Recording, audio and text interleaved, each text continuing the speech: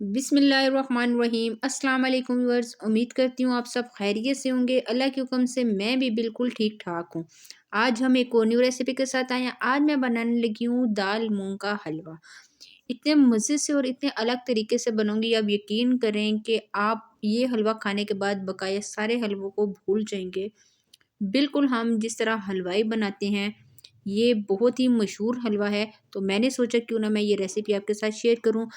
एक एक टिप आपको बताऊंगी कि ये किस तरह बनेगा, तो वीडियो को आपने बिल्कुल एंड तक देखना है। तो चलिए अपनी वीडियो स्टार्ट करते हैं। सबसे पहले मैंने ले ली थी तकरीबन आधा पाव के करीब मूंग की दाल। एक कप भी आप ले सकते हैं। इसको मैंने तकरीबन 3 से 4 घंटे पहले भिगो दिया था। अब मैं इसका पानी निकाल लेती हूँ। पानी निकालने के बाद आपने इसको छान लेना है अच्छी तरह से। अब आपने क्या करना है, आपने कोई कपड़ा ले लेना है, मलमल का कपड़ा हो या कोई साफ सुथरा रुमाल आपने ले लेना है। और वो रुमाल लेने के बाद आपने दाल को उस पर डाल के इस तरह इसको फैला के खुश्क कर लेना है। हाथ की मदद से आपने इसको फैला देना है और इसको जब तक आपने रखना है जब तक ये अच्छी तरह खुश्क ना हो जाए। दाल जो है वो मैंने पीली मूंग की दाल ली है, ये आप देख सकते हैं। बहुत ही आसानी के साथ आपको किसी भी शॉप से मिल जाएगी।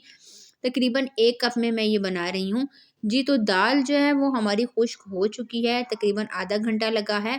अब हम इसको बनाना स्टार्ट करते हैं। सबसे पहले आपने एक ले लेनी है कढ़ाई। कढ़ाई साफ-सुथरी होनी चाहिए, इस पे पानी या ऑयल बिल्कुल भी नहीं हो। अब आपने दाल को इसमें डाल के बिल्कुल हल्का-सा रोस्ट कर लेना है। बिल्कुल हम इसको लाइट सा रोस्ट करेंगे और इसको थोड़ा-सा मिक्स करेंगे। तकरीबन ये 7 से 8 मिनट लगे और ये अच्छी तरह से रोस्ट हो गया। यहाँ पे मैंने चूल्हे की फ्लेम को कर दिया है ऑफ। ऑफ करने के बाद अब मैं इसको निकाल के ग्राइंड कर लेती हूँ। जी, तो मैंने इसको दरदरा सा ग्राइंड कर लिया है। इसका बहुत ज़्यादा पाउडर मैंने नहीं बनाया, इसको मैंने दरदरा सा ग्राइंड किया। आप ये देख सकते हैं बीच में दाल के जो है वो आपको दाल साबुत नज़र आ रही होगी। इसको एक साइड पे रख लेते हैं। दूसरी तरफ मैंने जितनी दाल ली थी आधा पाव के करीब इतना ही मैंने गुड़ लिया है और आधा कप पानी में डालने के बाद इसकी हम चाशनी बना लेंगे। चाशनी बहुत ज़्यादा आपने गाढ़ी नहीं करनी, बस अच्छी तरह से जब जैसे इसको 1-2 बॉयल आएँगे तो हम बंद कर देंगे। एक और बात बताती दोबारा से चलूँ, जितनी हमने दाल ली है उतना ही हम गुड़ भी लेंगे। यही रेसिपी आप शक्कर में भी बना सकते हैं, अगर आपके पास शक्कर नहीं है तो यही रेसिपी सेम आप चीनी में भी बना सकते हैं, लेकिन गुड़ के साथ इसका ज़ायका बहुत ही अच्छा आता है। देख सकते हैं गुड़ सारा पानी में मेल्ट हो गया है। ये मैं निकाल के अब इसको छान लूँगी। छानना बहुत ज़्यादा ज़रूरी है क्योंकि गुड़ में छोटे-छोटे ज़र्रे होते हैं। तो ये देखिए मैंने इसको छान लिया है। अब इसको हम एक साइड पे रख लेते हैं। तो सबसे पहले मैंने कढ़ाई ले ली है। कढ़ाई में मैं डाल दूँगी 2 चम्मच के करीब सूजी। सूजी को भी आपने छान लेना है, कीड़ा वगैरह ना हो इसमें। अब आपने सूजी को फ्राई करना है, रोस्ट करना है जब तक इसका कलर चेंज ना हो जाए। जी, तो इसका कलर जो है वो लाइट लाइट ब्राउन होना स्टार्ट हो गया है। यहाँ पे मैं डाल दूँगी तकरीबन आधा कप के करीब घी। आप देसी घी में भी ये बना सकते हैं, मेरे पास देसी घी नहीं है तो इस वजह से मैंने रेगुलर जो घी हम इस्तेमाल करते हैं अपने खाने में, वो मैंने डाल दिया है। ये डालने के बाद अब आपने इसके साथ सूजी को करना है फ्राई। यहाँ पे सूजी का कलर चेंज हो गया तो मैंने 1 चम्मच खाने का भर के इसमें बेसन ऐड कर दिया है। बेसन डालने के बाद दोबारा से मैं इसको मिक्स करूँगी और आपने ध्यान रखना है कि बेसन जल ना जाए। जैसे ही बेसन की खुशबू आएगी तो यहाँ पे मैं चूल्हे की फ्लेम को कर दूँगी ऑफ। जी, तो यहाँ पे चूल्हे की फ्लेम को मैंने कर दिया है ऑफ। अब हम इसको थोड़ा-सा करेंगे ठंडा। जी, तो ये ठंडा हो गया, आप ये देख सकते हैं। यहाँ पे आपने चूल्हे की फ्लेम को लाज़मी ऑफ करना है। अब मेरे पास जो पड़ी हुई है दाल, मैंने ब्लेंड कर दी थी दाल, वो हम इसमें डालेंगे। डालने के बाद आपने अब इसको मिक्स करना है। अगर आप गरम-गरम बेसन और सूजी में मिक्स करेंगे दाल तो वो उसके ज़रे बन जाएँगे, उसकी गुठलियाँ बन जाएँगी तो जो बिल्कुल भी ख़त्म नहीं होंगी। तो इस वज़ह से आपने उनको थोड़ा ठंडा करने के बाद दाल ऐड करनी है।